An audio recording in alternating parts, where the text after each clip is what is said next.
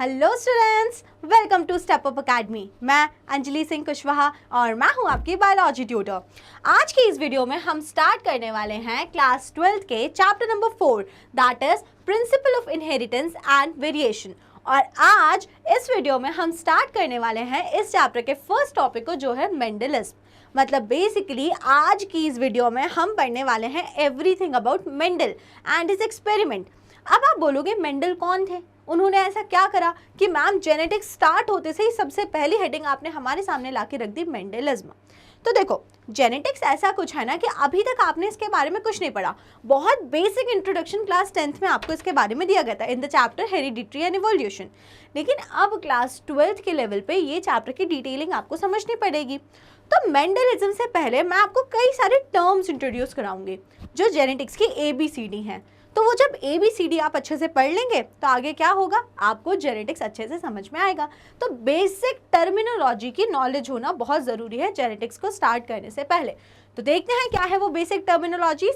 सबसे पहले हम बात करते हैं जेनेटिक्स। क्या मतलब होता है जेनेटिक्स का? जो यूनिट स्टार्ट करी जेनेटिक्स, उसका मतलब क्या होता है? तो genetics is basically it is a branch of biology और साइंस। ठीक है, बायोलॉजी या साइंस की एक ब्रांच है जो किस चीज़ से डील करती है, जो डील करती है हेरिडिटी एंड इनहेरिटेंस। किससे डील करती है? Heredity, inheritance and variation. अब आप बोलोगे मैम आपने 3 अलग अलग वर्ड बोल दिए, हेरिडिटी, इनहेरिटेंस एंड वेरिएशन। सीधी भाषा में आप समझो तो हमको जेनेटिक्स ये बताता है कि क्या वो चीज़ है जो एक जनरेशन से दूसरे जनरेशन में ट्रांसफ़र हो रही है, और क्या वो चीज़ें हैं जो आपको आपके पेरेंट्स से इतना ज़्यादा रिजेंबल देती हैं। आप लगभग उनकी तरह दिखते हैं, लेकिन आप तब भी एग्जैक्टली उनकी तरह नहीं दिखते। मैं बोल रही हूँ आप लगभग उनकी तरह दिखते हैं, लेकिन एग्जैक्टली आप उनकी तरह नहीं दिखते। एग्जैक्ट दिखने का मतलब आप समझते हो ना, फोटोकॉपी। आप फोटोकॉपी नहीं हो आपके पेरेंट्स की, आप बहुत हद तक उनसे रिजेंबल करते हो, बट एग्जैक्टली सेम नहीं हो, मतलब कुछ चेंजेस भी हैं। तो हम जेनेटिक्स से क्या समझ रहे हैं? Study of inheritance. ठीक है, inheritance, then heredity and then variation are characters और स्टडी ऑफ जीन्स और chromosome is refer to as genetics. तो जेनेटिक्स बेसिकली क्या है? इनहेरिटेंस, हेरिडिटी और वेरिएशन की स्टडी, या फिर इन शॉर्ट बोल दो तो जीन्स और क्रोमोसोम की स्टडी। तो DNA, क्रोमोसोम, इन सब की पढ़ाई जो होती है वो कहलाती है जेनेटिक्स। अब यहाँ जो 3 वर्ड लिखे हैं अलग अलग, अब एक एक करके इनका मीनिंग हम समझते हैं कि क्या है। सबसे पहले बात करते हैं इनहेरिटेंस। काय की बात कर रहे हैं? इनहेरिटेंस। तो इनहेरिटेंस क्या होता है? Transmission of characters from parents to progeny. It is the basis of heredity. It is the basis of heredity. जो प्रोसेस है ना, एक जिस प्रोसेस में कुछ एक चीज़ है जो आपके पेरेंट्स से आप में ट्रांसफ़र हो रही है, और आप झट से आपके मुंह में से अभी जो निकला होगा वो निकला होगा मैम DNA है जो हमारे पेरेंट्स से हमको मिला है। तो चलो, जो चीज़ का ट्रांसफ़र हो रहा है that is the DNA, it's okay. लेकिन the process is known as inheritance. वो प्रोसेस क्या कहलाई? इनहेरिटेंस। एक जनरेशन से दूसरी जनरेशन में ट्रांसमिशन होना कैरेक्टर्स का, ठीक है, वो कहलाता है हमारा इनहेरिटेंस। और अब आप बोलोगे then it is the basis of heredity. तो हेरिडिटी क्या होता है? Continuation, one generation after another, then another, then another. तो ये जो कंटिन्यूएशन चल रहा है दैट इज द हेरिडिटी। तो ये जो कंटिन्यूएशन है ये क्यों चल पा रहा है? क्योंकि इनहेरिटेंस का प्रोसेस जनरेशन टू जनरेशन हो रहा है। एक जनरेशन से दूसरी जनरेशन में कैरेक्टर्स ट्रांसफर हो रहे हैं, then second to third, then third to fourth. तो ये चीज़ें कंटिन्यूएशन में चलती जा रही है। ठीक है, थर्ड हम बात करते हैं वेरिएशन। तो अब आप बोलोगे मैम वेरिएशन क्या होता है? तो मैंने बोला आप लगभग अपने पेरेंट्स की तरह दिखते हैं, लेकिन आप एग्जैक्टली उनकी तरह नहीं दिखते। तो मतलब कि देयर आर चेंजेस। जो भी थोड़े वोड़े चेंजेस होते हैं जो आपको आपके पेरेंट्स से अलग दिखा देते हैं, एक सेपरेट इंडिविजुअल बना देते हैं, that little differences in biology is known as variation. और जेनेटिक्स में अगर कहीं भी वेरिएशन वर्ड यूज़ किया जा रहा है, उसका मतलब ही होता है डिफरेंसेस। क्या मतलब होता है उसका? उसका मतलब ही होता है differences between parents and offsprings. तो जो चेंजेस हैं, डिफरेंसेस हैं, that are known as variations. Fourth हम बात करते हैं कैरेक्टर। अब जो प्रोसेस थी उसको तो हम बोलते हैं इनहेरिटेंस, लेकिन क्या चीज़ें ट्रांसफ़र हो रही हैं? मैं बोल रही हूँ, आप बोलोगे डीएनए का ट्रांसफ़र हो रहा है, जीन्स का ट्रांसफ़र हो रहा है, लेकिन जीन्स भी तो कुछ कैरेक्टर्स के लिए होंगी ना। फॉर एग्जांपल आई कलर की जीन होगी, बॉडी कलर की स्किन होगी, हेयर कलर की जीन होगी, देन उसके बाद में कैसा क्या होगा आपकी बॉडी में, उसके बाद में आपकी हाइट की जीन होगी। तो ये सब जो जीन्स हैं वो ट्रांसफ़र हो रही है ना, तो देयर आर कैरेक्टर्स। तो कैरेक्टर्स क्या हो गया? हेरिटेबल फीचर, जो एक जनरेशन से दूसरी जनरेशन में जाता है, heritable feature among the parents and offspring, example I colour. तो जो कैरेक्टर्स क्या हो गए? कैरेक्टर्स जो एक्चुअल में जो चीज़ें ट्रांसफ़र हो रही हैं, process is known as inheritance, and जो चीज़ें ट्रांसफ़र हो रही हैं they are the characters, they are the characters. अगला हम बात करते हैं ट्रेट। अब फॉर एग्जाम्पल कैरेक्टर क्या हो गया? आई कलर। क्या हो गया कि एक कॉमन कैरेक्टर हमने सेलेक्ट कर दिया, आई कलर। अब क्या सबकी आंखों का कलर सेम होता है? But obviously no. Aishwarya Rai की आंखें ब्लू हैं, आपकी नहीं है, आपकी ब्राउन होंगी या ब्लैक होंगी। तो there are differences in eye colour, है ना। तो एक ही कैरेक्टर के कई सारे अलग अलग फॉर्म हो सकते हैं कि नहीं हो सकते हैं? जैसे आई कलर में ही क्या हो सकता है? ब्लू हो सकता है, ब्लैक हो सकता है, देन क्या हो सकता है? ग्रीन हो सकता है, ग्रे हो सकता है। तो ये सब जो है अलग अलग वेरिएशंस हैं, अलग अलग डिफरेंट फॉर्म हैं एक ही कैरेक्टर के। तो ये जो एक ही कैरेक्टर के अलग अलग फॉर्म होते हैं, इनको हम लोग बोलते हैं ट्रेट। क्या बोलते हैं हम लोग इनको? ट्रेट। तो ट्रेट क्या है? Variants of a character, character के अलग अलग फॉर्म। कोरोना वायरस जो आया था वो एक ही था क्या? पहले कोरोना आया, फिर क्या आया? फिर बीटा आया, फिर अल्फा आया, फिर डेल्टा आया, उसके अलग अलग वेरिएंट्स आ रहे थे। तो था वो एक ही वायरस कोरोना, लेकिन अलग अलग फॉर्म चेंज कर करके आ रहा था ना। मेन स्ट्रक्चर सेम था, बट कुछ चीज़ें उसके अंदर चेंज होती जा रही थी। तो बस वही बात होती है ट्रेट। ट्रेट क्या होता है? Variants of a character, brown I, blue I, etcetera. तो ट्रेट भी आपको समझ में आया, कैरेक्टर के जो अलग अलग वेरिएंट्स होते हैं, अलग अलग टाइप होते हैं, उसको हम लोग बोल देते हैं ट्रेट। तो ये बेसिक टर्म आपको क्लियर हो गए होंगे, है ना। चलिए आगे बढ़ते हैं। एलिल्स। अब देखते हैं एलिल्स क्या होता है, या फिर एलोमॉर्फ्स। तो एलिल्स आपके लिए एकदम ही नया वर्ड है। तो एलिल क्या होता है? Alternative form of a gene. अब आप बोलोगे मैम जीन क्या होता है? एलिल की डेफिनेशन यहाँ पे लिखी हुई है, alternative form of a gene. अब आप बोलोगे मैम जीन क्या होता है? तो मैं आपको जीन अगर समझाऊं तो जीन आपको ध्यान रखना है, याद कर लेना है। जीन सिंपली होता है सेगमेंट ऑफ डीएनए। क्या मतलब होता है? Segment of DNA, segment of DNA. और वो सेगमेंट ऑफ डीएनए जिस पर कोई कैरेक्टर प्रेजेंट है, सेगमेंट ऑफ डीएनए पजेसिंग या बियरिंग सम कैरेक्टर। तो अब अगर क्वेश्चन पुट ऑन करूं कि वो क्या छोटी सी यूनिट है जो एक जनरेशन से दूसरी जनरेशन में ट्रांसफर होती है, तो आप बोलोगे ma'am they are the genes, they are the nothing but the genes. तो जीन क्या है? कुछ नहीं है, बस जो एक बड़ा सा डीएनए है उसका वो छोटा सा पोर्शन है। मतलब अलग अलग बहुत सारे पोर्शन होते हैं, डिफरेंट जीन्स होती हैं डीएनए पे, जिनमें कोई कैरेक्टर्स प्रेजेंट है, तो वो हो गई हमारी जीन। अब आप बोलोगे एलिल क्या होता है? तो alternative form of a gene या फिर opposite form of a gene. Gene है, समझ लीजिए, फॉर एग्जाम्पल यहाँ पे समझाऊँ मैं अगर आपको कि जीन जो है, जीन है आपकी हाइट की। जीन किस चीज़ की है? आपकी हाइट की। अब हाइट क्या सबकी टॉल होती है? नो। क्या हाइट सबकी मीडियम होती है? नो। क्या हाइट सब थिकने होते हैं, ड्वार्फ होते हैं? नो। मतलब there are variation in height. तो सपोज हाइट के लिए हमारी कोई जीन है, लेकिन उसके अलग अलग ऑपोजिट फॉर्म होंगे ना, toll and dwarf, exactly opposite हो गए कि नहीं? तो एक ही जीन के जो ऑपोजिट कैरेक्टर्स होते हैं वो कहलाते हैं एलिल्स। क्या कहलाते हैं वो? एलिल्स। तो alternative form of a gene, एक ही जीन के अलग अलग फॉर्म, बिल्कुल opposite form, tall and dwarf बिल्कुल अपोजिट है, तो they are known as the alleles. ठीक है, एग्जाम्पल में क्या है? टॉल, कैपिटल टी से टॉल, स्मॉल टी से dwarf, are two alleles of a gene for the character height. तो उन्होंने कैरेक्टर या फिर जीन कंसीडर करी हाइट वाली, और उसके दो अलग अलग फॉर्म जो हो गए वो क्या कहलाते हैं? एलिल्स। क्या कहलाते हैं? एलिल्स। कैरेक्टर बोलोगे तो आप उन दो डिफरेंट फॉर्म को ट्रेट भी बोल सकते हो, अलग अलग को ट्रेट्स बोल सकते हो, है ना। और अगर आप उसको जीन बोल रहे हो तो अलग अलग फॉर्म्स को आप क्या बोलोगे? एलिल्स। क्या बोलोगे आप? एलिल्स। गुड। अब हम बात करते हैं homozygous and heterozygous. Homozygous and heterozygous. तो जो कोई भी जीन होती है उसके दो ही एलिल एक ह्यूमन में हो सकते हैं। क्या बोला मैंने? कोई भी जीन के दो ही एलिल्स एट अ टाइम किसी ह्यूमन में हो सकते हैं, दो से ज़्यादा नहीं होंगे, एक टाइम पर नहीं होंगे।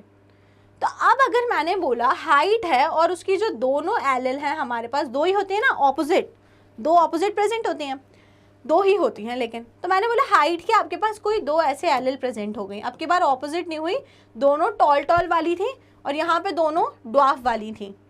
तो अगर same type of allele present होगी तो this will known as homozygous. क्या बोलोगे आप इसको? होमोजाइगस। और अगर डिफरेंट एलिल प्रेजेंट होंगी, डिफरेंट, दो एलिल हैं लेकिन दोनों अलग अलग हैं, एक टॉल एक ड्वार्फ, तो this condition is known as heterozygous. तो होमोजाइगस का क्या मतलब हो गया? दो एलिल जो होती हैं वो दोनों सेम टाइप की हैं, दैट इज होमोजाइगस, और जो दो एलिल हैं वो अलग अलग टाइप के हैं, तो that are known as heterozygous. तो होमोजाइगस में क्या लिखा हुआ है? The condition in which chromosome pair carry similar alleles of a gene also known as pure line. तो आपको ध्यान रखना है, जिनमें similar kind of alleles present होती हैं उनको हम लोग बोलते हैं pure lines. And school boards में क्वेश्चन आता है what do you mean by pure lines? तो आपको बोलना है the species which contain only क्या? ओनली सिमिलर पेयर ऑफ या similar type of alleles, they are known as pure lines और द होमोजाइगस एलिल्स। समझ में आ गया? Same type. और हेटेरोजाइगस में क्या हो जाएगा? The condition in which chromosome pair carry dissimilar alleles. Dissimilar alleles अगर प्रेजेंट होती है किसी जीन में, example capital T small T, capital Y small Y, ये क्या कहलाते हैं? Heterozygous alleles. समझ में आया आपको? ठीक है, तो ये और कुछ बेसिक टर्म्स आपने पढ़े, आपको ये समझ में आए होंगे। अब आगे चलते हैं और देखते हैं होमोजाइगस एंड हेटेरोजाइगस को डायग्राम के थ्रू शो किया है। सबसे पहले यहाँ कैपिटल बी और कैपिटल बी प्रेजेंट है तो this is homozygous, small B और कैपिटल बी प्रेजेंट है तो this is heterozygous, and then small B present है तो अगेन इट इज होमोजाइगस। तो सेम टाइप की है तो it will be homozygous, different type की है तो इट विल बी हेटेरोजाइगस। ठीक है, चलिए और अभी कुछ टर्म्स बचे हैं जिन्हें हम आगे देखेंगे। अब हम बात करते हैं डोमिनेंट। तो अब अगर दो एलिल प्रेजेंट होती हैं किसी भी जीन की, यही बोला ना मैंने, जैसे कि capital T small T, capital Y small Y, है ना, कैपिटल टी या फिर स्मॉल टी। अब अगर होमोजाइगस कंडीशन थी ये दोनों, तो यहाँ पे तो कोई चक्कर ही नहीं था, दोनों एक जैसे थे, भाई बंधु थे, आपस में मिल बांट के उन्होंने जैसे थे, यहाँ पे ये टॉल होगा यहाँ पे ड्वार्फ होगा, कोई दिक्कत वाली बात ही नहीं है। तो होमोजाइगस कंडीशन में कोई डाउट नहीं हमको हुआ। लेकिन अगर हम बात करें हेटेरोजाइगस कंडीशन की, ये वाली, तो हेटेरोजाइगस कंडीशन में जो दो एलिल हैं वो बिल्कुल ऑपोजिट हैं, एक टॉल की और एक ड्वार्फ की। अब जब दो ऑपोजिट चीज़ कहीं भी प्रेजेंट होती हैं तो उनके बीच में होते हैं दंगे, कलेश, लड़ाई। तो अब ये दोनों बैठ के लड़ने लगे, कैपिटल टी और ड्वार्फ वाली, कैपिटल टी और स्मॉल टी एलिल्स। नो, अब यहाँ पे फाइट होगी डोमिनेंसी की। किसकी फाइट होगी? डोमिनेंसी की। यहाँ पर जो कैपिटल में लिखा रहता है उसका ये मतलब होता है कि ये वाली एलिल हो गई डोमिनेंट। और बोलोगे मैम किस बेसिस पे आपने इसको डोमिनेंट बोल दिया? क्योंकि जब हेटेरोजाइगस कंडीशन प्रेजेंट होगी और मैं बोल रही हूँ कि कैपिटल टी डोमिनेंट हो गई, तो इसका ये मतलब है स्मॉल टी कैसी हो गई? रिसेसिव, दब गई। कैपिटल टी ने क्या किया? उसको दबा दिया। तो अब ये प्लांट जो होगा वो कैसा दिखेगा? टॉल की ड्वार्फ? तो हम इसको ये दिखेगा टॉल, क्योंकि यहाँ पे किसने किसको सप्रेस कर दिया? कैपिटल टी वाली एलिल यहाँ पे कैसी हो गई? डोमिनेंट, इसलिए उसने यहाँ पे स्मॉल टी एलिल वाली को कर दिया सप्रेस और वो हो गई रिसेसिव। तो हेटेरोजाइगस कंडीशन में जो एलिल खुद को एक्सप्रेस कर पाती है, जो खुद को दिखा पाती है, वो हो जाती है डोमिनेंट एलिल, और जो उसके दिखाने के कारण जो दूसरी एलिल सप्रेस हो गई, जो अपने आप को शो नहीं कर पाई, वो कौन सी एलिल हो जाती है? Recessive allele. Is that clear students? Definitions देख लेते हैं। The character which are expressed in heterozygous condition, तो जो कैरेक्टर हेटेरोजाइगस, होमोजाइगस में देखो कोई डाउट नहीं है, होमो में ये टॉल होगा ये ड्वार्फ होगा बिना किसी दिक्कत के, ये टॉल और ये ड्वार्फ। दिक्कत आई हेटेरोजाइगस में, तो हेटेरोजाइगस में जो खुद को एक्सप्रेस कर लेती है इन हेटेरोजाइगस कंडीशन, उसको हम लोग कहते हैं dominant allele and it is always written with capital letter. और रिसेसिव की एक बात करें, the character which is suppressed in the heterozygous condition, और उसको हम हमेशा लिखते हैं स्मॉल लेटर से। ठीक है, तो डोमिनेंट एंड रिसेसिव। अगला बात करते हैं फिनोटाइप एंड जीनोटाइप। अब फिनोटाइप क्या होता है? फिनोटाइप होता है physical expression of a character और जीनोटाइप होता है genetic constitution of a character. मैं बोल रही हूँ कोई टॉल है तो आपको टॉल वाला या तो ऐसा होगा या तो आपका टॉल वाला ऐसा होगा, ये दोनों टॉल हैं। अब ये दोनों टॉल है ना, अंदर से उनकी जीन के लेवल पे डिफरेंस है, लेकिन दिख दोनों टॉल ही रहे हैं। दिख दोनों कैसे ना, टॉल ही रहेंगे। तो हमें दिखने में कोई चीज कैसी है वो कहलाता है फिनोटाइप। क्या कहलाता है? phenotype, तो इसीलिए उसके आगे लिखा हुआ है physical expression। तो P for phenotype, P for physical expression। कोई भी चीज़ दिखने में कैसी है वो कहलाएगा उसका phenotype। और जीनोटाइप क्या हो जाएगा, उसके नाम से समझ में आ रहा है, जीन के लेवल पे वो चीज़ क्या है। अब ये दोनों टॉल हैं, लेकिन ये वाला कैसा टॉल है, this is homozygous tall and this is heterozygous tall. तो इनका जीनोटाइप डिफरेंट हो गया। तो जीन के लेवल की जो कहानी होती है, जेनेटिक कॉन्स्टिट्यूशन की जो कहानी होती है, it is known as genotype. And physical appearance किसी चीज़ का ऐसा है, वो हमें फिजिकली दिखने में कैसा है, it is known as phenotype. Clear students. Last बात करते हैं हाइब्रिड। तो हाइब्रिड आप किसे बोलते हैं, individual produce by mating of genetically unlike parents. अब देखो, जब सिमिलर, जेनेटिकली सिमिलर दो ह्यूमन का बच्चा पैदा हुआ, एक मेल और एक फीमेल, उसको आप हाइब्रिड कभी नहीं बोलते हो, उसको आप हाइब्रिड कभी नहीं बोलते। क्यों नहीं बोलते, सोचो। क्योंकि एक ह्यूमन, दोनों, दूसरा ह्यूमन, दोनों ही ह्यूमन है, दोनों का जो जेनेटिकली की बात करें, जेनेटिक लेवल पे जाके बात करें, दोनों लगभग सेम है, दोनों सेम है जेनेटिकली, ठीक है। तो इसलिए उनके बच्चे को हाइब्रिड नहीं बोल रहे हो। हम हाइब्रिड तब बोलते हैं किसी ऑर्गेनिज्म को जब वो बिल्कुल दो अलग अलग जेनेटिकली डिफरेंट स्पीशीज को मिला के बना दिया। जैसे टमाटर ले लो और आलू ले लो, tomato and potato, tomato potato को मिलके कुछ भी अजीब सा बना दिया, और उसको हम बोलेंगे हाइब्रिड। क्योंकि पोटैटो जो होता है वो एक डिफरेंट स्पीशी है, तो उसका जेनेटिक कॉम्पोजिशन डिफरेंट है। टोमेटो जो है वो एक डिफरेंट स्पीशी है, इसलिए उसका जेनेटिक कॉम्पोजिशन डिफरेंट है। और अगर हमने मिक्स उनका कुछ भी बनाया, उनकी मेटिंग कराई, उनसे कुछ भी नया स्ट्रक्चर बनाने की कोशिश करी, तो it will known as hybrid, it will known as hybrid. तो आपको अभी तक यहाँ जितनी मैंने डेफिनेशंस बताई हैं आपको बहुत अच्छे से क्लियर हो गई होंगी। अगर कोई भी डाउट होता भी है तो आप पूछ लेना, क्योंकि दिस इज द ABCD। अगर ABCD नहीं सीखोगे तो अब आगे की जो जेनेटिक्स की कहानी है वो आपको अच्छे से समझ नहीं आएगी। तो ये टर्म्स क्लियर होना बहुत ज़्यादा ज़रूरी होता है। चलिए ठीक है, ये समझ आ गया होगा, है ना। आगे देख लेते हैं अब और स्टार्ट करते हैं मेंडलिज्म।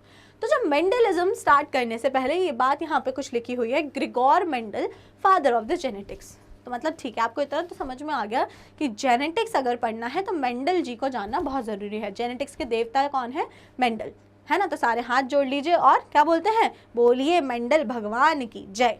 ठीक है, तो मेंडल की कहानी यहाँ पे होती है शुरू। अब क्या किया था मेंडल ने, मेंडल जो थे ना वो बायोलॉजिस्ट नहीं थे, बायो नहीं पढ़ाते थे, वो मैथमेटिशियन थे, वो मैथमेटिशियन।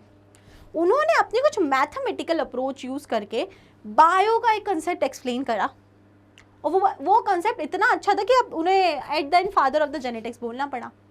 ठीक है, लेकिन दुख की बात यह है कि जिंदा रहते हुए उन्हें ये सब नहीं बोला गया, ये सब उनको बोला गया उनके मरने के बाद। मतलब जिंदा रहते हुए लोगों ने उनके काम को एक्सेप्ट नहीं किया, उनके काम को एक्सेप्ट किया गया उनके मरने के बाद। तब पता चला कि अरे वो साइंटिस्ट कितना अच्छा क्या क्या काम करके चले गए थे। तो अब हम जो पढ़ने चाह रहे हैं, हम वो काम पढ़ने जा रहे हैं जिसको जिंदा रहते हुए उनको अप्रिसिएशन नहीं मिला। मतलब कि जो मेंडल थे उन्होंने करे थे कुछ एक्सपेरिमेंट्स, और उन एक्सपेरिमेंट्स के बेसिस पर उन्होंने दिए थे कुछ लॉज। तो हमें मेंडलिज्म में बेसिकली जो स्टडी करना होता है वो करना होता है मेंडल के एक्सपेरिमेंट्स। एक्सपेरिमेंट के बाद हम क्या करते हैं, ऑब्जर्वेशन, एंड देन ऑब्जर्वेशन के बाद कंक्लूजन्स। तो कंक्लूजन्स में हम पढ़ेंगे मेंडल के लॉज एंड एक्सपेरिमेंट, और ऑब्जर्वेशन में क्या क्या चीज़ें हम ऑब्जर्व कर रहे हैं वो हम देखेंगे। तो बिना देरी करे शुरू करते हैं और देखते हैं क्या क्या थे मेंडल के स्टेटमेंट, और उन्हें बोला जाता है मेंडल्स लॉज ऑफ इनहेरिटेंस। तो मेंडल ने जो एक्सपेरिमेंट करके, ऑब्जर्वेशन करके जो अल्टीमेटली रिजल्ट्स दिए थे उन्हें क्या बोला जाता है, Mendel's laws of inheritance. And there are 3 laws. कितने लॉज हैं, 3। तो चलिए शुरू करते हैं और देखते हैं किस तरीके से ये तीनों लॉ बनाए गए हैं। Mendel conducted some hybridization experiment on garden peas Pisum sativum for 7 years 1856 to 1863। अब मेंडल ने ये सारा काम करना कौन से प्लांट पे शुरू करा, अब किसी ह्यूमन पे नहीं कर सकते थे experiment, it was unethical and illegal. तो उन्होंने किसको सिलेक्ट किया, उन्होंने पी प्लांट को सिलेक्ट करा, मटर के पौधे होते हैं ना, उन्होंने उसको सिलेक्ट करा और उस पर एक्सपेरिमेंट्स करना स्टार्ट करे। और कैसे एक्सपेरिमेंट, हाइब्रिडाइजेशन एक्सपेरिमेंट। अब आप हाइब्रिडाइजेशन से क्या समझते हो, भाई अभी समझाया ना हाइब्रिड किसको बोलते हैं। हाइब्रिड मतलब जेनेटिकली डिफरेंट है और उनकी आपने मीटिंग करा दी, उसको बोला जाता है हाइब्रिडाइजेशन एक्सपेरिमेंट्स। अब उन्होंने ये कब से कब तक करा, it has been done for 7 years, like from 1856 to 1863। ठीक है, चलिए, तो ये उन्होंने 7 years से एक एक्सपेरिमेंट करे। कौन से प्लांट पर करे, तो उन्होंने पी प्लांट पर करे जिसका साइंटिफिक नेम होता है पीसम सटिवम। अब मन में क्वेश्चन नहीं आ रहा कि ma'am why he selected P plants only, है ना, क्यों पी प्लांट सिलेक्ट करें और उसके पहले क्या क्या स्टेप्स थे, तो स्टेप्स देखते हैं। और वो जो अगला क्वेश्चन है मैंने जो पूछा कि उन्होंने पी प्लांट ही क्यों सिलेक्ट किया था, उसका भी मैं आंसर आपको दूंगी। तो स्टेप्स क्या क्या थी, चलो देखते हैं कि मेंडल ने कैसे कैसे एक्सपेरिमेंट्स को प्रोसीड किया। तो अभी हम पढ़ रहे हैं मेंडल के एक्सपेरिमेंट। सबसे पहले उन्होंने 2 पी प्लांट को सिलेक्ट किया, तो selection of 2 P plants with contrasting character. उन्होंने 2 पी प्लांट्स को सिलेक्ट करा और वो 2 पी प्लांट ऐसे थे जो बिल्कुल डिफरेंट थे कैरेक्टर में। सपोज बहुत छोटी सी बात बता रही हूँ, एक पी प्लांट उन्होंने ऐसा लिया जो इतना लंबा था, एकदम टॉल, और एक पी प्लांट उन्होंने लिया जो इतना छोटा सा था, ड्वार्फ। तो मतलब कि he selected 2 plants and of opposite traits, exactly opposite, बिल्कुल भी कहीं से कहीं तक सेम होना ही नहीं चाहिए, एग्जैक्टली ऑपोजिट ट्रेड्स के 2 प्लांट उन्होंने सबसे पहले सिलेक्ट करे।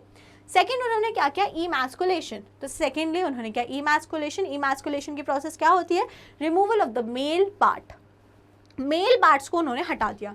और क्यों करते थे हम इमैस्कुलेशन, गुड, इमैस्कुलेशन करा जाता है to prevent self pollination, self pollination ना हो, क्योंकि जो फ्लावर होते हैं वो बायसेक्सुअल होते हैं, उसमें मेल वाला पार्ट भी होता है और फीमेल वाला भी होता है। तो अगर आप मेल पार्ट को नहीं हटाओगे तो सेल्फ पॉलिनेशन हो जाएगा और फिर आपको कुछ भी वेरिएशंस वगैरह देखने को नहीं मिलेंगे। तो मेल पार्ट को हटा दिया गया फ्लावर से टू अवॉइड क्या, टू अवॉइड सेल्फ पॉलिनेशन। अब ये फ्लावर क्या बन चुका है, अब ये फ्लावर यूनिसेक्सुअल हो गया है। क्या हो गया ये फ्लावर, यूनिसेक्सुअल, यूनिसेक्सुअल हो गया ये फ्लावर। अब इस पे सिर्फ बचा है फीमेल पार्ट, क्योंकि मेल पार्ट को तो आपने हटा दिया। अब क्या कराया थर्ड स्टेप में, पॉलिनेशन।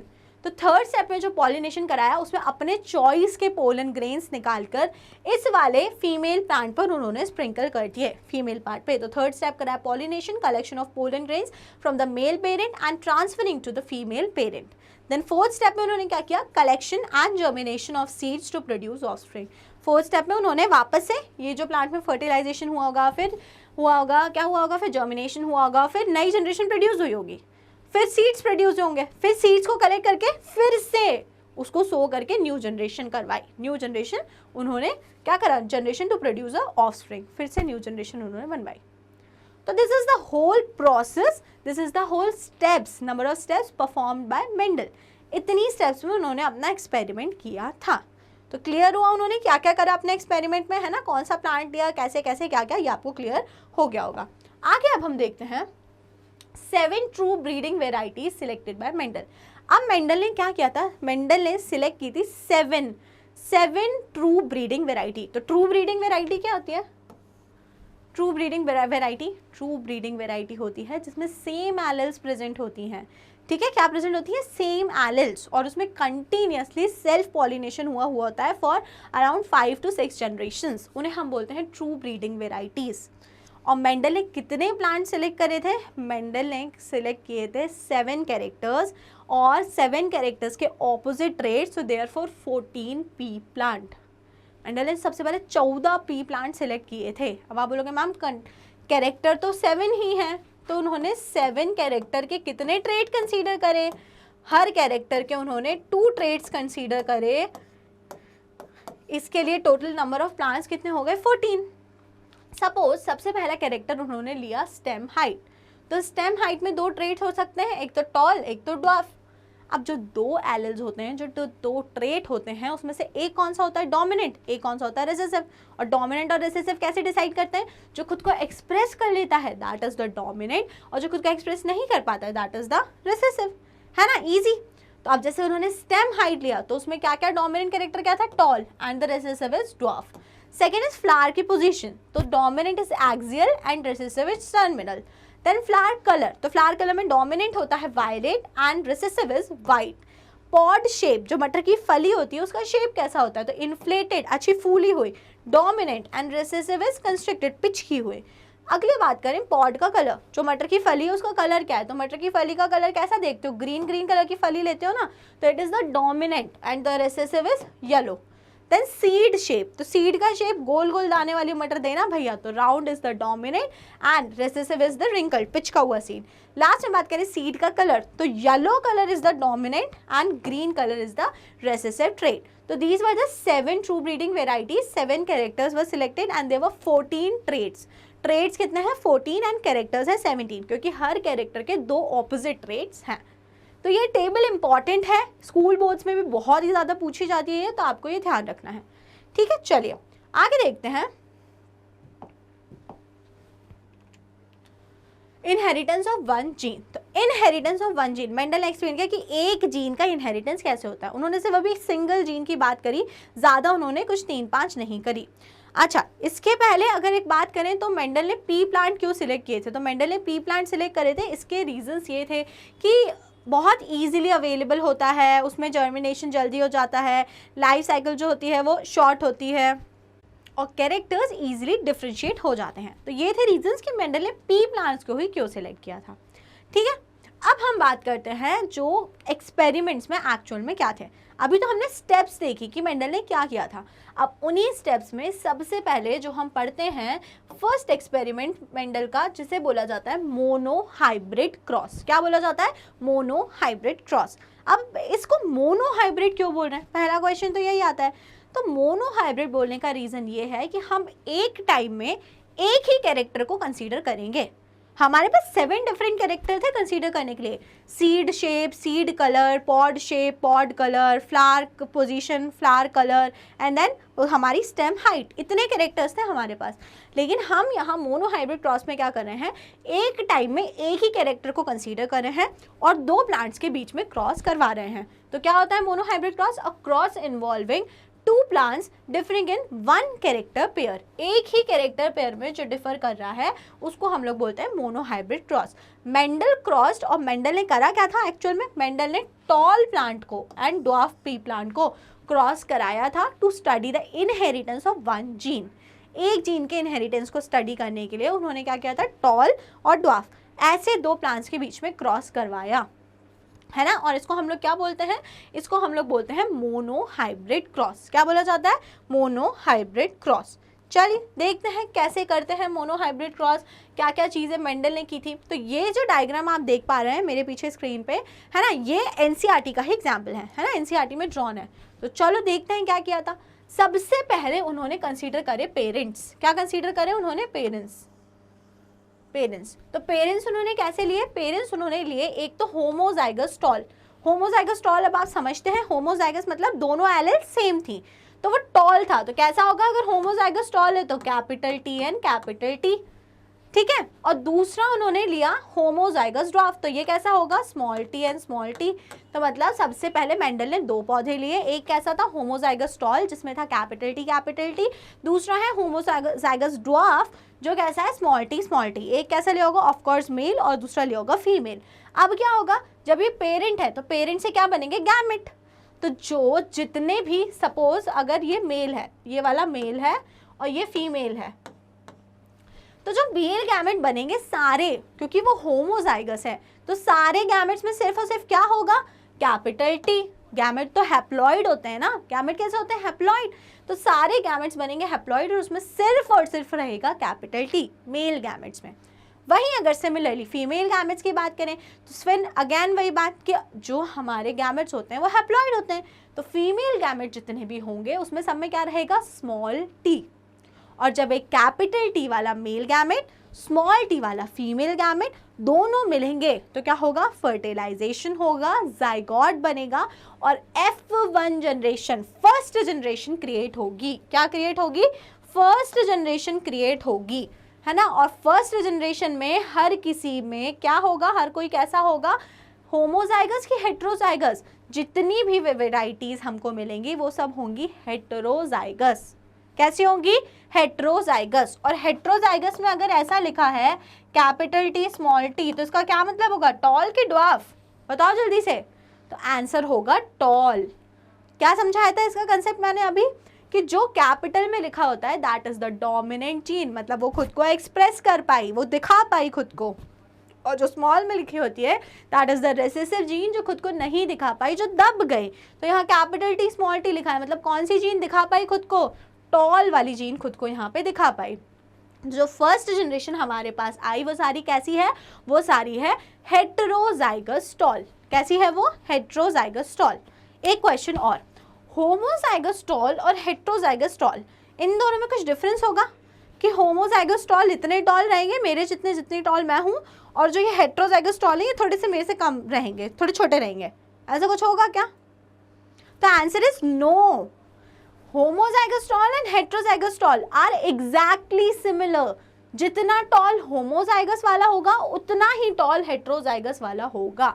ये बात समझना बहुत इंपॉर्टेंट है आपके लिए, क्योंकि आपको ध्यान ये रखना है कि यहाँ पर सिर्फ टॉल वाली जीन ने खुद को एक्सप्रेस किया है, ड्वार्फ वाली जीन का यहाँ पे कोई रोल ही नहीं है, ड्वार्फ वाली एलील का यहाँ पे कोई रोल ही नहीं रहा, वो खुद को एक्सप्रेस नहीं कर पाई, वो रिसेसिव हो गई।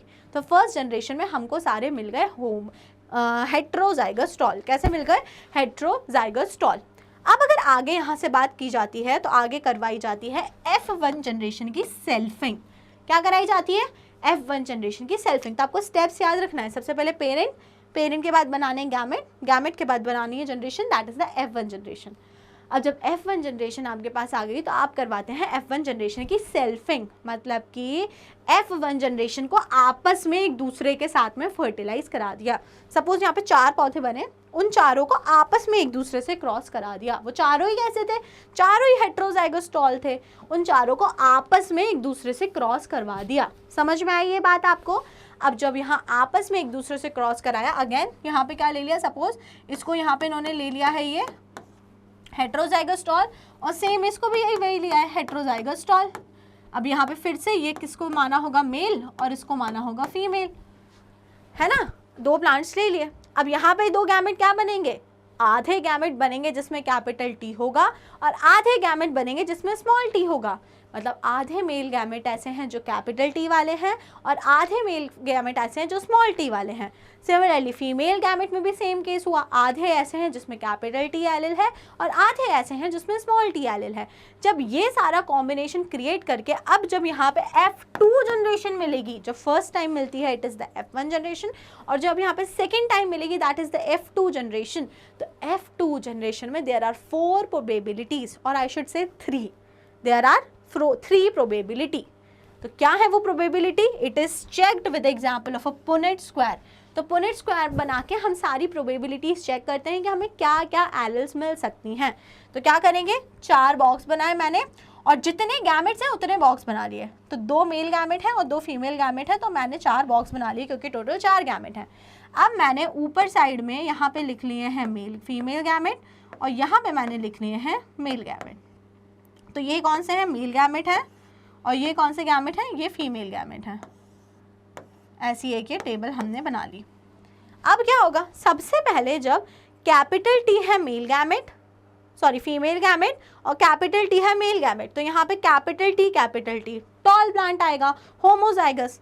अगला देखते हैं, तो अगले में हम देखें यहाँ पे है स्मॉल टी और यहाँ पे है कैपिटल टी, तो यहाँ पे कैसा टॉल आएगा? Capital T small T, that is the heterozygous tall. फिर यहाँ अगर बात करें तो यहाँ कैपिटल टी, यहाँ स्मॉल टी गैमेट, तो फिर से टॉल, लेकिन यहाँ भी कैसा? Heterozygous tall. और लास्ट में बात करें तो यहाँ स्मॉल टी, तो यहाँ पे कैसा आएगा?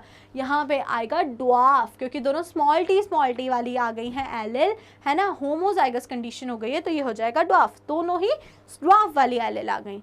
तो जब यहाँ पे कैपिटल टी एल वाली एलिल है तो हमें क्या समझ में आ रहा है? वो सिर्फ टॉल दिख रहा है। हेट्रोजाइगस कंडीशन में 2 में से कोई एक ही खुद को क्या कर पाता है? खुद को शो कर पाता है, एक्सप्रेस कर पाता है, वो होता है डोमिनेंट। तो यहाँ पे टोटल 4 प्रोबेबिलिटी मिली, उसमें से दिखने में 3 टॉल है और 1 ड्वार्फ है। 3 क्या है? टॉल है और 1 ड्वार्फ है। तो this is everything about monohybrid cross. ये है उनका पूरा एक्सपेरिमेंट। अब जब एक्सपेरिमेंट करेंगे तो कुछ ऑब्जर्वेशन होंगे और कुछ रिजल्ट होंगे। तो चलिए फटाफट देखते हैं क्या थे ऑब्जर्वेशन और क्या थे रिजल्ट। यहाँ तक सबको समझ में आया मोनोहाइब्रिड क्रॉस? ठीक है, तो मैं इसको क्लियर करती हूँ और हम फिर आगे चलते हैं। अब मोनोहाइब्रिड में एक होगा फिनोटिपिक रेशियो और एक होगा जीनोटिपिक रेशियो। फिनोटिपिक रेशियो क्या होता है? कि दिखने में कैसा है। तो जो टोटल F2 जनरेशन में 4 पौधे आए उसमें से 3 कैसे हैं? वेरी गुड, टॉल, और 1 कैसा है? ड्वार्फ। तो यहाँ पे टॉल और ड्वार्फ का जो रेशियो आएगा वो क्या आएगा? 3:1। तो आपको ध्यान रखना है इन a monohybrid cross phenotypic ratio कैसा होता है? फिनोटिपिक रेशियो जो होता है वो होता है 3:1। कितना होता है? 3:1। और अगर हम बात करें मोनोहाइब्रिड क्रॉस में जीनोटिपिक रेशियो, तो जीनोटिपिक रेशियो का मतलब क्या होता है? कि जीन का कॉम्पोजिशन क्या है? तो capital T out of 4 capital T वाले प्लांट्स हमारे पास कितना थे 1, कैपिटल टी स्मॉल टी वाले 2 एंड स्मॉल टी वाला is 1।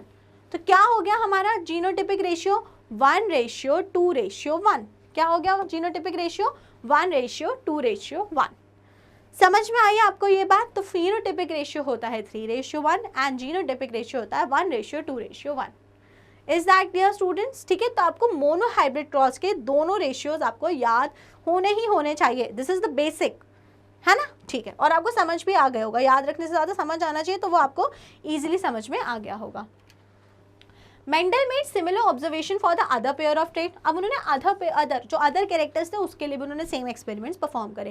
He propose that some factors were inherited from parent to offspring, और उन्होंने एक फाइनल थ्योरी दी कि there are something that is transferred from parent to offspring. कुछ तो होता है जो हर जनरेशन में ट्रांसफर होता रहता है, क्योंकि उन्होंने तो एक्सपेरिमेंट, हवा में नहीं बोली थी बातें, उन्होंने एक्सपेरिमेंट करे और एक्सपेरिमेंट के बेसिस पे वो बातें बोली थी, है ना? और वो बातें जो उन्होंने बोली कि एक कुछ चीज़ है जो पेरेंट से ऑफस्प्रिंग में जाती है, और उस चीज़ को मेंडल ने बोला फैक्टर। क्या बोला मेंडल ने? मेंडल की भाषा में वो चीज़ थी फैक्टर। और ये फैक्टर आगे चल के पता चला कि these factors were nothing but the genes. तो मेंडल के अकॉर्डिंग जो चीज़ फैक्टर थे, आगे चल के वही चीज़ जीन बनी कि gene is the thing. Gene एक वो चीज़ है जो हर जनरेशन में ट्रांसफ़र होती रहती है। मेंडल ने भी वही बात बोली थी, बस लेकिन मेंडल ने उसे जीन ना बोल के उसे फैक्टर बोला था। इतनी बात आपको ध्यान रखनी है कि मेंडल के टर्म्स में क्या चीज़ें हैं जो ट्रांसफ़र होती हैं। तो मेंडल के टर्म्स में जीन वो फैक्टर वो चीज़ है जो ट्रांसफ़र होती है, जो आगे चल के क्या कहलाई? जो आगे चल के कहलाई जीन्स। ठीक है स्टूडेंट्स, बढ़िया, मज़ा आ गया। चलिए अब और कुछ बातें देख लेते हैं। The F1 capital T small t when pollinated self pollinated, देखा था ना आपने, सेल्फिंग कराई थी हमने उनकी, क्या कराई थी हमने उनकी? सेल्फिंग कराई थी। Produce gametes capital T and small t। तो जब हम उनकी सेल्फिंग कराएंगे तो क्या होगा? हम उनकी सेल्फिंग कराएंगे तो आधे गैमेट्स में होगा कैपिटल T और आधे में होगा small t in equal proportion. तो इक्वल प्रोपोर्शन में उनके पास में कैपिटल T और स्मॉल t 50-50% गैमेट्स मिलेंगे, मेल में भी फीमेल में भी, दोनों में। और during fertilisation pollen grains of capital T have 50% chance to pollinate eggs of the T and capital T and small t। अब 50% ऐसे वाले पोलन ग्रेन है जिसमें कैपिटल T है, 50% इसमें जिसमें स्मॉल t है, 50% ऐसे एग्स हैं जिसमें कैपिटल T है, 50% ऐसे हैं जिसमें स्मॉल t है। तो आप समझ पा रहे हो ना? उसके बाद फर्टिलाइजेशन के बाद चांसेस, प्रोबेबिलिटी क्या क्या बन सकते हैं। ऑल्सो पोलन ग्रेन्स जीनोटाइप में 50% chance to pollinate eggs of capital T and small t। तो प्रोबेबिलिटी चारों केसेस में है, जैसे कि 1/4 of the random fertilisation leads to capital T। Out of 100% fertilisation में 25% या 1/4 क्या हो सकता है? Capital T small t। 2/4 क्या हो सकता है? 2/4 या फिर 50% क्या हो सकता है? Capital T small t। और अगेन 1/4 या 25% क्या हो सकता है? अगेन वो हो सकता है स्मॉल t। तो अगर 100% आप बोल रहे हो तो 25% या फिर 1/4 क्या हो सकता है? Capital T। 50% क्या हो सकता है? 50% हो सकता है आपका capital T small t। And again 25% क्या हो सकता है आपका? वो हो सकता है स्मॉल t। तो 3 different genotypes can be observe. समझ में आ गया ना आपको? क्योंकि जो गैमेट्स हैं वो दोनों टाइप के हैं, मेल फीमेल दोनों में, तो इसलिए देयर आर दीज प्रोबेबिलिटीज़। इतनी सी बात है जो आपको समझ में आ जानी चाहिए। ठीक है स्टूडेंट्स, चलिए आगे देखो। Capital T into capital T small t into capital T small t जब आप करते हैं तो binomial expression ax plus B Y का होल स्क्वायर, आपने ax प्लस बी वाई नहीं तो आपने इस बायनोमियल एक्सप्रेशन को ऐसे पढ़ा होगा a प्लस बी का होल स्क्वायर। पढ़ा है आपने कोई ऐसा binomial expression a plus B का होल स्क्वायर? तो जब आप इसको एक्सपैंड करते थे तो आप क्या लिखते थे? आप लिखते थे a square plus B square plus 2ab, यही लिखते थे ना आप? इसी तरीके से लिखा जाता था इसको एक्सपैंड करके। सिमिलरली अगर मैं इसको t के लिए लिखना चाहूँ, किसके लिए लिखना चाहूँ? t, capital T and small t, तो capital T plus small t का होल स्क्वायर, बताओ क्या लिख सकते हैं? ऐसे लिख सकते हैं capital T plus capital T को लिखूंगी तो t स्क्वायर ही हो जाएगा। Small T plus 2 capital T small T, ऐसे ही कुछ आएगा। और या फिर लो भाई ऐसे लिख दे रहे हैं T square plus small T square plus 2 capital T small T, ऐसे लिख दे रहे हैं। समझ में आ रही है आपको ये बात? तो सीधी सी बात मेंडल ने ये बोला कि जो मोनोहाइब्रिड क्रॉस का रिजल्ट होता है it is very much similar to the binomial expression a plus B का होल स्क्वायर। मेंडल ने बस इतनी सी बात बोल दी थी। क्या बोला था उन्होंने कि जो मोनोहाइब्रिड क्रॉस का रिजल्ट होता है इट इज जस्ट, उसका जो रिजल्ट होता है वो आपका जो बायनोमियल एक्सप्रेशन है a प्लस बी का होल स्क्वायर बिल्कुल वो उसके जैसा होता है। तो आप अगर आपको वो एक्सप्रेशन आता है तो आपको मोनोहाइब्रिड क्रॉस का रिजल्ट भी आ जाएगा। इतनी सी बात मेंडल ने बोल के कर दी खत्म। ठीक है, समझ में आ गया क्या होता है हमारा? तो आपको ध्यान रखना है मोनोहाइब्रिड क्रॉस का जो रिजल्ट होता है वो किसकी तरह होता है? Binomial expression a plus B के होल स्क्वायर के बराबर होता है। ओके चलो आगे देखते हैं। अब हम आगे देखते हैं मेंडल, आगे उन्होंने क्या किया? Mendel self pollinated the F2 plants, he found that dwarf F2 plants continue to generate dwarf plants in F3 and F4 generation. फिर जब उन्होंने further F3 F4 generation, F2 तक क्या हुआ हमें समझ आ गया। F3 F4 जनरेशन जब उन्होंने फर्दर बनवाई तो ड्वार्फ से ड्वार्फ ही बने। ड्वार्फ कौन से प्लांट्स थे? ड्वार्फ थे हमारे स्मॉल टी, यही अकेले ड्वार्फ थे और कोई ड्वार्फ नहीं था। तो यहाँ से ये कंक्लूजन निकला कि अगर किसी रेसेसिव कैरेक्टर को एक्सप्रेस होना है, ध्यान से सुनना इस बात को, अगर किसी रेसेसिव कैरेक्टर को एक्सप्रेस होना है तो वो हमेशा ही कौन सी स्टेट में होगा? होमोजाइगस। हेटेरोजाइगस कंडीशन में रेसेसिव कैरेक्टर जो है, रेसेसिव एलिल जो है वो कभी एक्सप्रेस नहीं हो पाएगा। तो अगर रेसेसिव एलिल को एक्सप्रेस होना है तो उसको हमेशा कौन सी स्टेट में होना पड़ेगा? उसको हमेशा होना पड़ेगा होमोजाइगस कंडीशन में। कौन सी कंडीशन में? होमोजाइगस। ठीक है, हेटेरोजाइगस में हमेशा कौन एक्सप्रेस होता है? डोमिनेंट। तो he concluded that genotype of the dwarfs was homozygous small t and small t. इतनी बात यहां से हो गई क्लियर। चलिए बिना देरी करे आगे चलते हैं। मेंडल लॉज ऑफ इनहेरिटेंस, और अब फाइनली मोनोहाइब्रिड क्रॉस पर बेस्ड उन्होंने दिए कुछ लॉज। तो वो थे दो। कितने लॉज थे? दो। पहला था लॉ ऑफ डोमिनेंस, दूसरा था लॉ ऑफ सेग्रीगेशन। तो वो दो लॉज पढ़ेंगे, उसके पहले एक और चीज पढ़ लेते हैं जिसका नाम है back cross and test cross. क्या नाम है? Back cross and test cross. तो बैक क्रॉस का मतलब क्या होता है? तो बैक क्रॉस का ये मतलब होता है जो F1 जनरेशन है उसका किसी भी पेरेंट के साथ में क्रॉस करवा देना। ठीक है, F1 जनरेशन जो है उसका किसी भी पेरेंट के साथ में क्रॉस करवा देना। सपोज यहाँ पे लिया मैंने मेल और यहाँ पे लिया मैंने फीमेल, और इन दोनों से कुछ प्रोड्यूस होगा F1 जनरेशन। तो मैं F1 जनरेशन का या तो इसके साथ क्रॉस करा दूं या तो मैं इसके साथ क्रॉस करा दूं। ये चीज कहलाती है बैक क्रॉस। तो cross between a hybrid and it's any parent. तो कोई से भी पेरेंट के बीच में जब क्रॉस करा दिया हमारे हाइब्रिड और उस पेरेंट का किसी भी एक, दोनों नहीं, या तो इसके साथ या तो इसके साथ, वो कहलाता है बैक क्रॉस। और बैक क्रॉस में एक चीज इंक्लूड होती है जिसको हम लोग बोलते हैं टेस्ट क्रॉस, जिसे हम क्या बोलते हैं? Test cross. तो क्या होता है टेस्ट क्रॉस? जब हम क्या करें, देखो टेस्ट क्रॉस क्या होता है? जब हम, ये था सपोज मेल और ये थी फीमेल, इनको क्रॉस करके क्या बना होगा? Capital T small T. जब हम F1 जनरेशन का क्रॉस रेसेसिव पेरेंट के साथ करा दें, किसके साथ? Recessive parent. रेसेसिव जरूरी नहीं है हमेशा ही फीमेल पेरेंट हो या कुछ भी ऐसा हो। जब भी हम F1 जनरेशन का क्रॉस किसके साथ? रेसेसिव वाले पेरेंट्स के साथ करा दें, वो कहलाता है टेस्ट क्रॉस। क्या कहलाता है वो? Test cross. तो crossing of an organism with the dominant phenotype due to recessive individual, dominant phenotype to a recessive individual. समझ में आ गई आपको ये बात? तो जो अगर हम F1 जनरेशन का क्रॉस करवा दे रहे हैं किसी भी रेसेसिव पेरेंट के साथ तो वो कहलाता है टेस्ट क्रॉस। क्या कहलाता है वो? Test cross.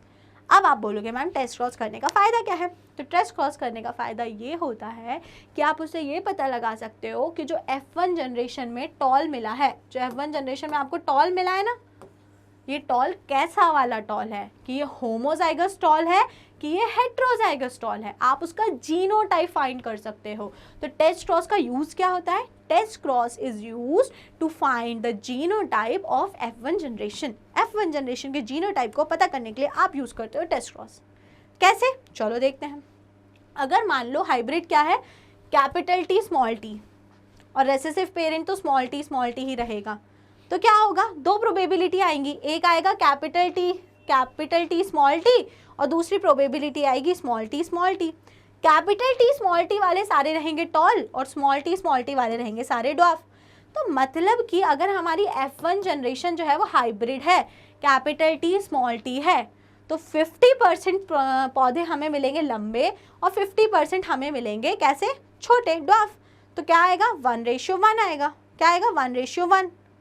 तो मतलब कि उससे हमें समझ में आ जाएगा कि जो F1 जनरेशन है, जो टॉल है, वो कैसा है? वो है हमारा हेटेरोजाइगस। कैसा है वो? हेटेरोजाइगस। ठीक है। और अब दूसरी कंडीशन मान लो ये कैपिटल T नहीं था, ये स्मॉल t नहीं था, ये भी कैपिटल T था, तो अब हमको जो अगली जनरेशन में मिलेगा वो हमको ये कभी नहीं मिलेगा। हमको यहाँ पे सिर्फ मिलेंगे कैपिटल T स्मॉल t, सारे हमें कैसे मिलेंगे? Capital T small t। अगर यहाँ पे ये कैसा होता, ये अगर कैसा कैपिटल T होता, तो हमको यहाँ पे सिर्फ टॉल मिलते, ड्वार्फ एक भी नहीं मिलता। तो हमको पता चल जाता ये कैसा टॉल है? Homozygous tall. कैसा टॉल है? होमोजाइगस। अगर रिजल्ट हमें 50% 50 रिजल्ट मिल रहा है अगर टॉल और ड्वार्फ का, तो मतलब हेटेरोजाइगस। और अगर रिजल्ट हमको 100% टॉल मिल रहे हैं, तो मतलब हमें कैसे होगा? वो होमोजाइगस। बस इतनी सी बात याद रख लो, जो बात वो ऊपर कोने में लिखी वो याद कर लो। अगर टेस्ट क्रॉस का रिजल्ट 50% मिल रहा है, 50% मिल रहे हैं लंबे, 50% छोटे, तो मतलब F1 जनरेशन थी हेटेरोजाइगस। और अगर हमें 100% टॉल मिल रहे हैं, तो मतलब कि F1 जनरेशन थी होमोजाइगस टॉल। समझ में आ गई ये बात, है ना? इसको नोट करो पहले, ये चीज़ नोट कर लो पहले से, स्क्रीनशॉट कर लो चाहे तो, है ना? हो गया? और उसके बाद अब एक बार क्लियर कर देती हूँ मैं स्क्रीन, और अब आप ये सब नोट कर लो। ठीक है, तो आपको back cross and test cross समझ में आ गया होगा, है ना? Test cross is used to find out the unknown genotype of the character, है ना? Example, Mendel conducted test cross to determine the F2 genotype. F2 genotype क्या था, वो फाइंड आउट करने के लिए टेस्ट क्रॉस को जनरली यूज किया जाता है। अब हम फाइनली बात करते हैं मेंडल के लॉज। तो फर्स्ट लॉ ऑफ मेंडल होता है लॉ ऑफ डोमिनेंस। तो लॉ ऑफ डोमिनेंस क्या बोलता है? लॉ ऑफ डोमिनेंस बोलता है characters are controlled by discrete unit called factor. कौन सा कैरेक्टर जा रहा है उसको कौन कंट्रोल करता है? फैक्टर। फैक्टर किसका टर्म था? मेंडल का। फैक्टर अकर इन पेयर, और जो फैक्टर होते हैं वो हमेशा कैसे होते हैं? पेयर में होते हैं। जीन हमेशा पेयर में होती है, एलिल के फॉर्म में होती है ना, तो it occur in pair. In a dissimilar pair of factor, gene के दो अलग अलग allele, one member of the pair dominant and the other is recessive. मतलब कि ये मेंडल की भाषा है, हमारी भाषा में समझें तो एक जो जीन होती है वो हमेशा कैसी होती है? पेयर में होती है। कैसे होती है पेयर में? उसके दो क्या होते हैं? एलिल्स होते हैं। ये जो दो एलिल्स होते हैं इसमें से एक एलिल कैसा होता है? डोमिनेंट, और एक होता है रिसेसिव। जो डोमिनेंट होता है वो खुद को एक्सप्रेस करता है, और जो रिसेसिव होता है वो खुद को एक्सप्रेस नहीं कर पाता, वो सप्रेस हो जाता है। तो this is known as law of dominance. It was given by Mendel on the basis of monohybrid cross. ठीक है, समझ में आ गया? गुड। अगला अगर हम बात करें सेकेंड लॉ, तो सेकेंड लॉ होता है law of segregation.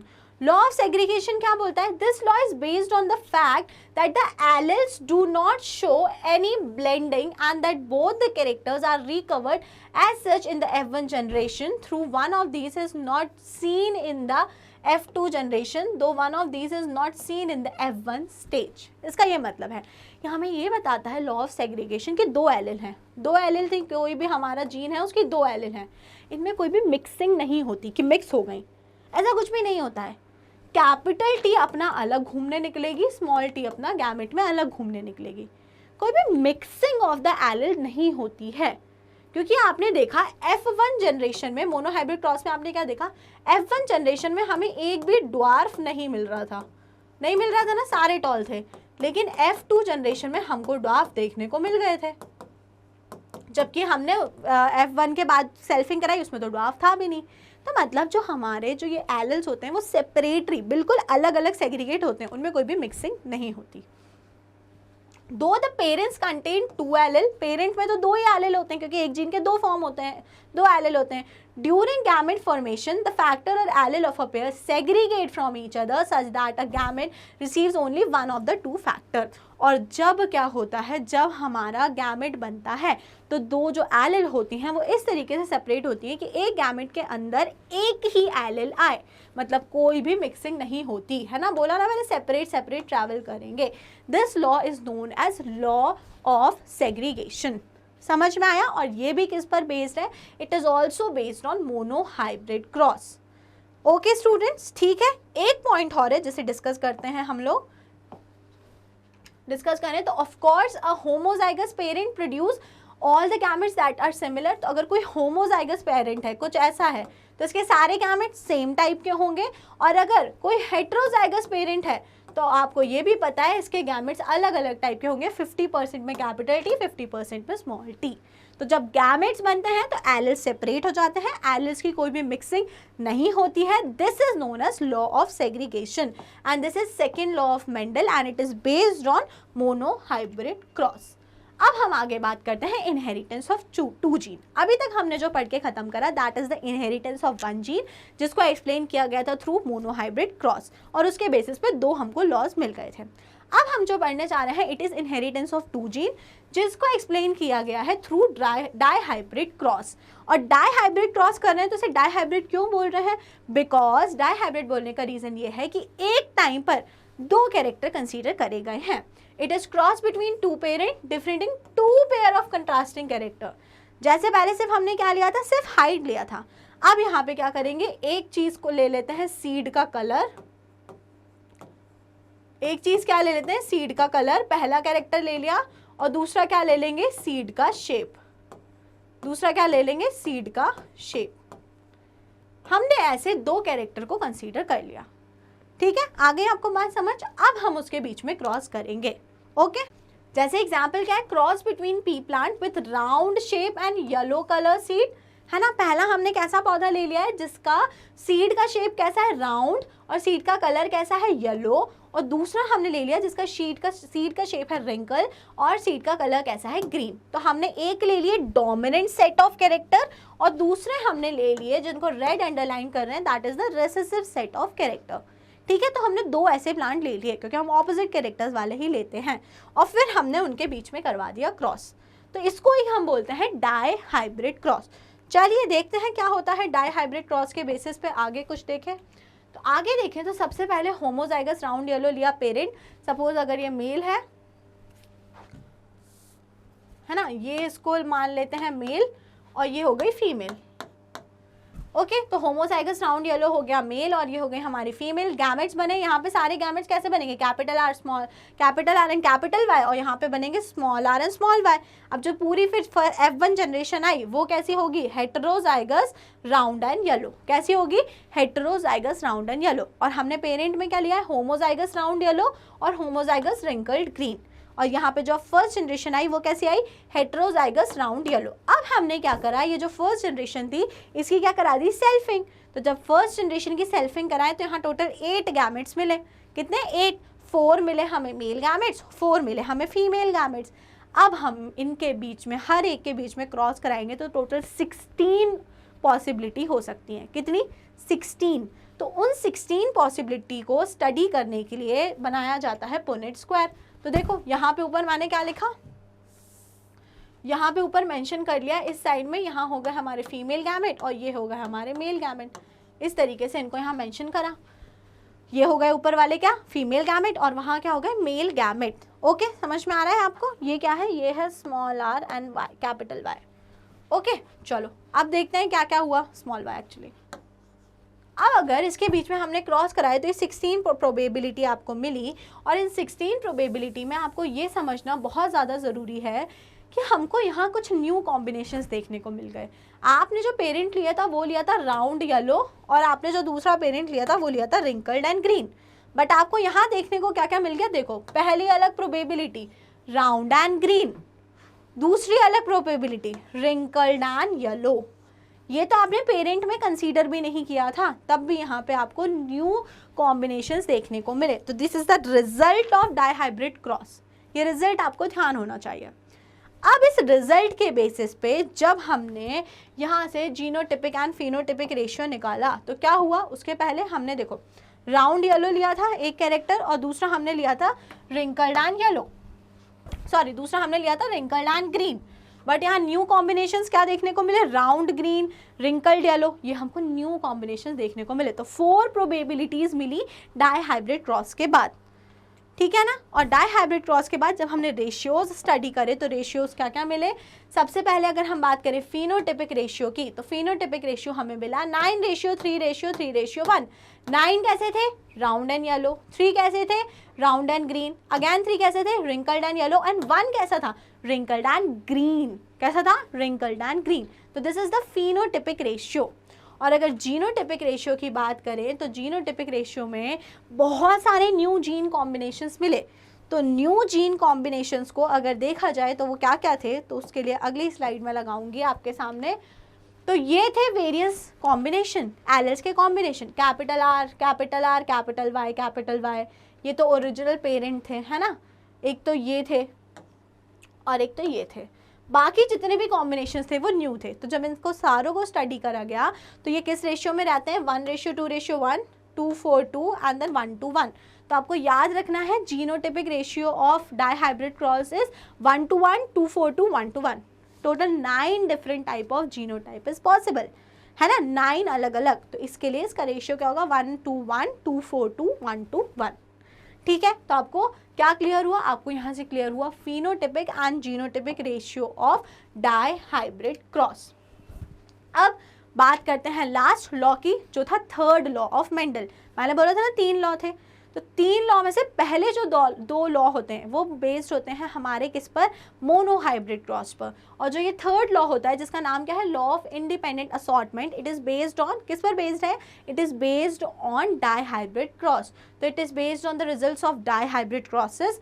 It states that when more than one pair of character are involved in a cross, factor pairs independently segregate from the other pair of character.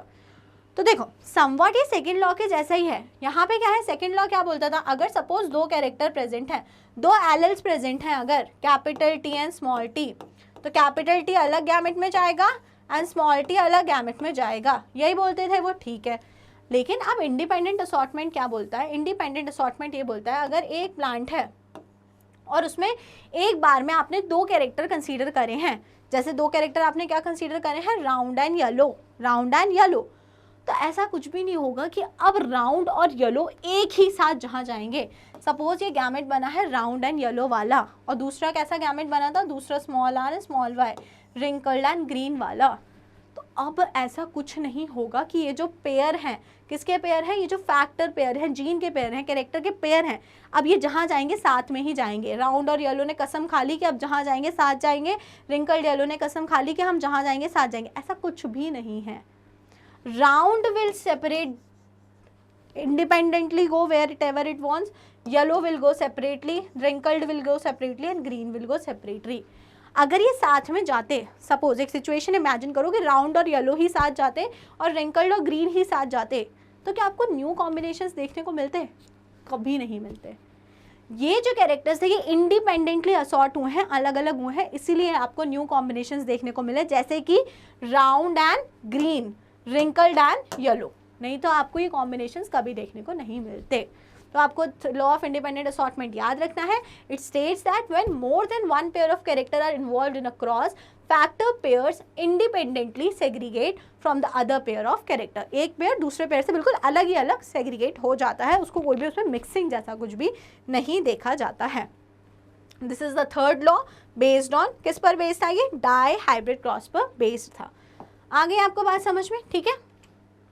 तो ये सारी थी Mendel की कहानी, लंबी है लेकिन इंटरेस्टिंग है ना, और इम्पॉर्टेंट भी है क्योंकि ये बेसिक्स बनाती है जेनेटिक्स की। अगर आपने ये अच्छे से नहीं पढ़ा तो जेनेटिक्स आगे फिर आपको पढ़ने में मज़ा नहीं आएगा। अभी भी मैं यही बोलूँगी कि जेनेटिक्स बहुत ही इंटरेस्टिंग टॉपिक है, तो बहुत इंटरेस्ट के साथ इसको पढ़िएगा।